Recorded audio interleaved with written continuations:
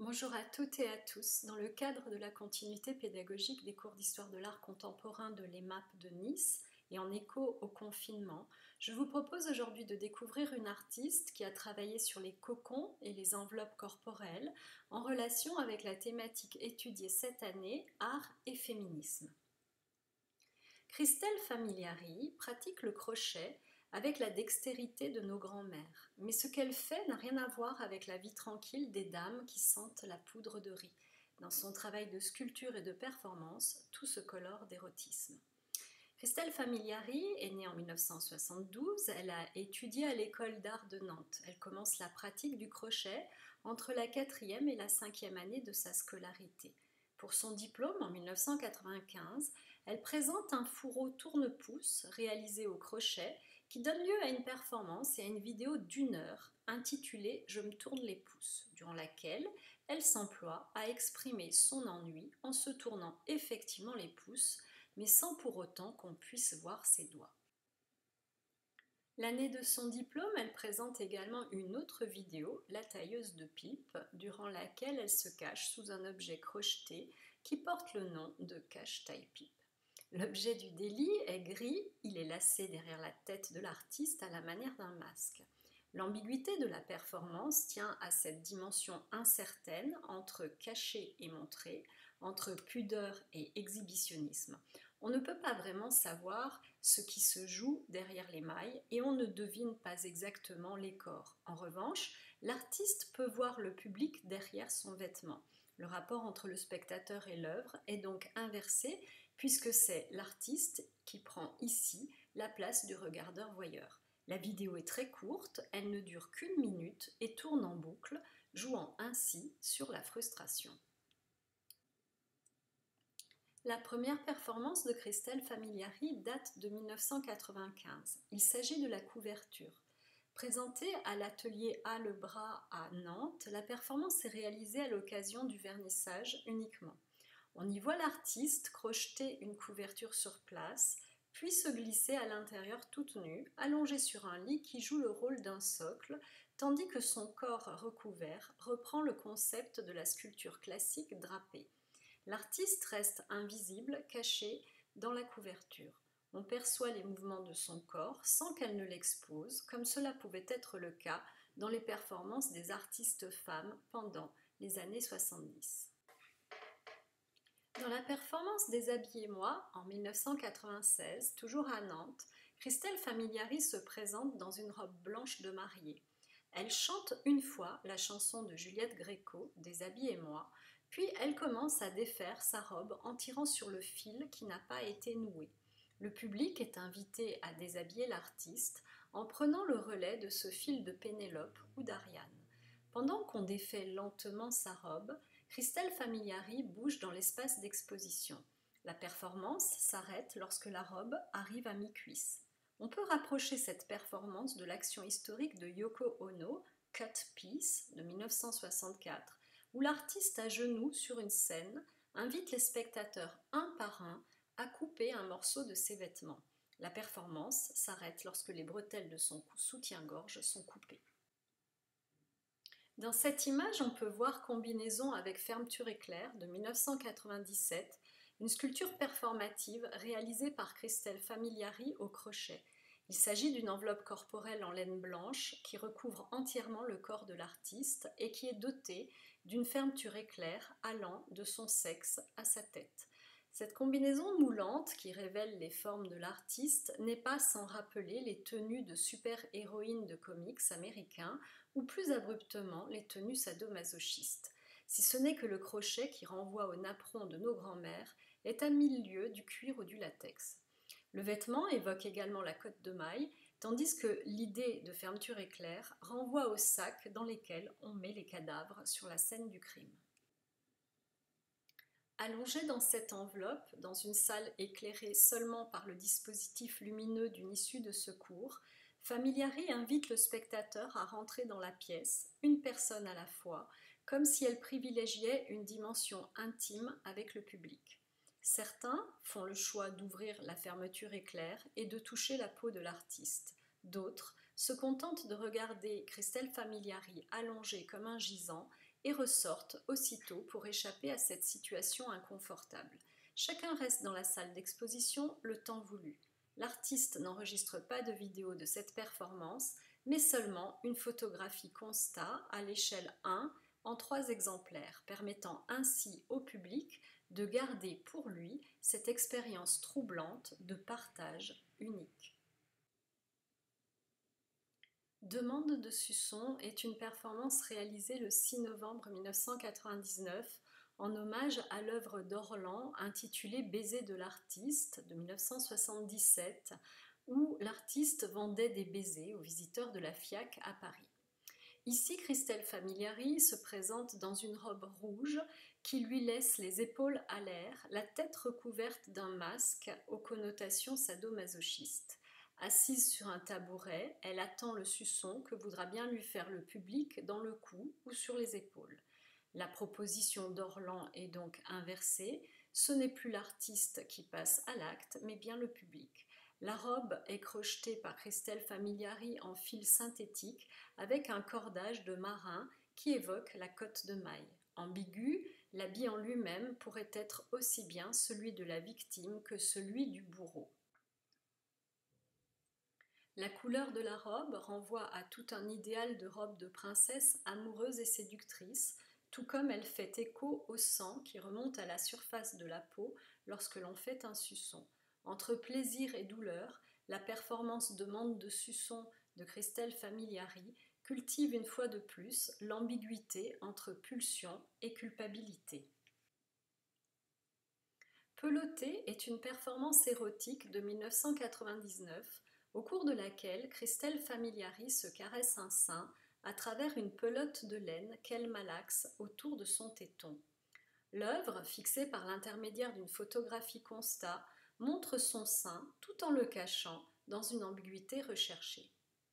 Elle renvoie à une pièce célèbre de Marcel Duchamp intitulée Prière de toucher, conçue pour la couverture du catalogue d'exposition Le Surréalisme en 1947, où l'artiste dadaïste faisait surgir d'un morceau de velours noir un faux sein en mousse sur lequel il avait peint un téton.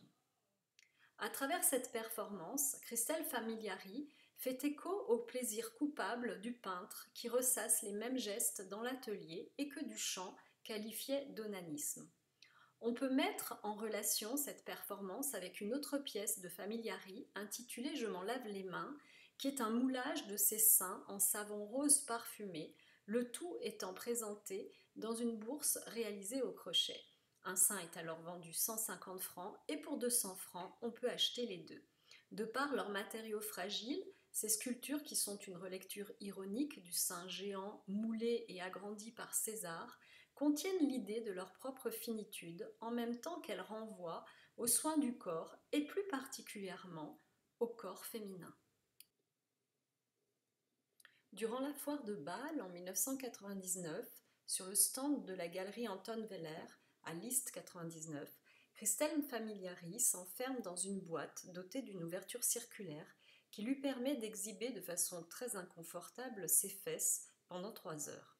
Le corps de l'artiste est enveloppé dans un filet tendu aux mailles très lâches qui évoque les collants résilles dans ce qu'ils ont d'érotique et de glamour. Il s'agit donc de montrer son cul, non pas en tant qu'image, comme dans un pipe show, mais bien en tant que corps charnel, en faisant irruption dans l'espace du spectateur, pour souligner la violence de la marchandisation du corps féminin, tout en posant la question de la place de la femme artiste dans un monde modelé par les désirs et les canons masculins. Certaines sculptures au crochet de Christelle Famigliari, intitulées Objets en laine, ont été commercialisées et diffusées sous la forme de multiples par l'intermédiaire du catalogue de vente par correspondance By Self entre 1998 et 2002. On y trouve la cagoule sans gêne en haut à gauche, le bras pour danser le slow en haut à droite, le slip à pénétration en bas à gauche ou le soutien-gorge doté de gouttières pour se faire caresser les seins en bas à droite. Les objets en laine, qui sont aussi des vêtements, sont édités à plusieurs exemplaires, comme des gravures, et peuvent être de couleurs différentes. On voit ici la cagoule pour amoureux qui permet à un couple de s'embrasser en public tout en étant protégé des regards extérieurs. Lorsqu'on achète un objet en laine, on s'engage à envoyer une photographie constat de l'objet en situation, autrement dit porté par son ou ses usagers, qui doivent en accepter sa publication. Lorsque les objets en laine sont exposés, ils sont accrochés au mur comme des vêtements dans la vitrine d'un magasin, tandis que leur usage est systématiquement illustré par une photographie en situation. Parmi les objets en laine, on trouve plusieurs cagoules amusantes qui détournent l'image inquiétante du capuchon du bourreau. La cagoule de fête permet de faire des bulles de chewing-gum incognito. Elle est ici présentée en tant que carte de vœux avec en surimpression les notes d'augmentation et de diminution du slip à pénétration et du slip à masturbation. Pensée dans le même esprit que la cagoule de fête, la cagoule sans gêne est un masque qui permet de souffler dans une langue de belle-mère tranquillement sans se faire repérer. Le soutien-gorge dans lequel on peut glisser ses mains et caresser les seins de sa partenaire est un objet tout à fait incongru et très humoristique qui permet à un couple d'avoir une relation intime tout en préservant sa nudité. Le slip à masturbation joue sur le conflit entre les deux grandes instances de la vie psychique inconsciente, le ça qui est régi par les pulsions de plaisir et le surmoi qui intériorise les interdits. Supposant un geste intime très intense, cet objet en laine met en jeu et en exposition tout ce que la civilisation tente à recouvrir de vernis. Le slip à masturbation existe aussi dans la version femme. Comme dans sa version masculine, il souligne la solitude de celle qui le porte. Il renvoie aussi à la répétition que Marcel Duchamp dénonce chez les peintres qui font sans cesse les mêmes gestes et les mêmes tableaux. On note ici que le slip est blanc, couleur virginale par excellence, et que le manche dont il est doté crée une protubérance phallique qui est en opposition avec la nature du sexe féminin. Comme la cagoule pour amoureux ou le soutien-gorge, le slip à pénétration est un autre objet qui met en relation deux individus tout en préservant leur image. Cet objet, qui cache un rapport sexuel tout en le soulignant, peut être entendu comme une réponse amusée et drôlatique à l'imagerie pornographique qui a envahi nos écrans et qui participe à la marchandisation des corps et des émotions sexuelles. Le bras pour danser le slow représente l'étape précédant le slip à pénétration. Il s'agit d'une sorte de long gant qui permet à un couple qui se connaît à peine de s'enlacer et de se rapprocher sur une chanson lente. Véritable lien, cette sculpture performative réunit les deux corps en un seul. Conçu sur un principe analogue au bras pour danser le slow, le bras de fer a inversement une dimension offensive qui souligne la rivalité entre deux individus. Ici, le gant se fait cotte de maille et renvoie aux instincts guerriers masculins. Réalisé pour l'exposition Scènes de la vie conjugale à la Villa Arson en 2000, Entre est un vêtement hybride qui commence sous la forme d'un collant et se métamorphose en un immense cocon. Réalisé au crochet avec un fil synthétique très résistant, ce cocon accueille le corps de l'artiste suspendu dans l'espace d'exposition le temps d'une performance le jour du vernissage. Vue de l'extérieur, cette enveloppe corporelle est troublante car l'artiste ouvre et ferme ses cuisses de façon automatique et régulière, tant et si bien que l'on ne sait plus si le cocon suspendu est habité par un être humain ou par un dispositif mécanique. Le spectateur qui s'approche de cette sculpture en apesanteur est alors attrapé par les jambes de l'artiste qui le serre fermement avant de le lâcher. Ainsi pris au piège dans une position fortement sexuelle, le visiteur est transformé en mâle, quel que soit son genre. La couleur rouge vif contribue au climat érotique de cette atmosphère étrange. Après le vernissage, la sculpture est remplacée par sa trace photographique exposée à l'endroit où s'est tenue la performance. Après ces sculptures performances, suivent des sculptures habitables dont le spectateur peut faire l'expérience.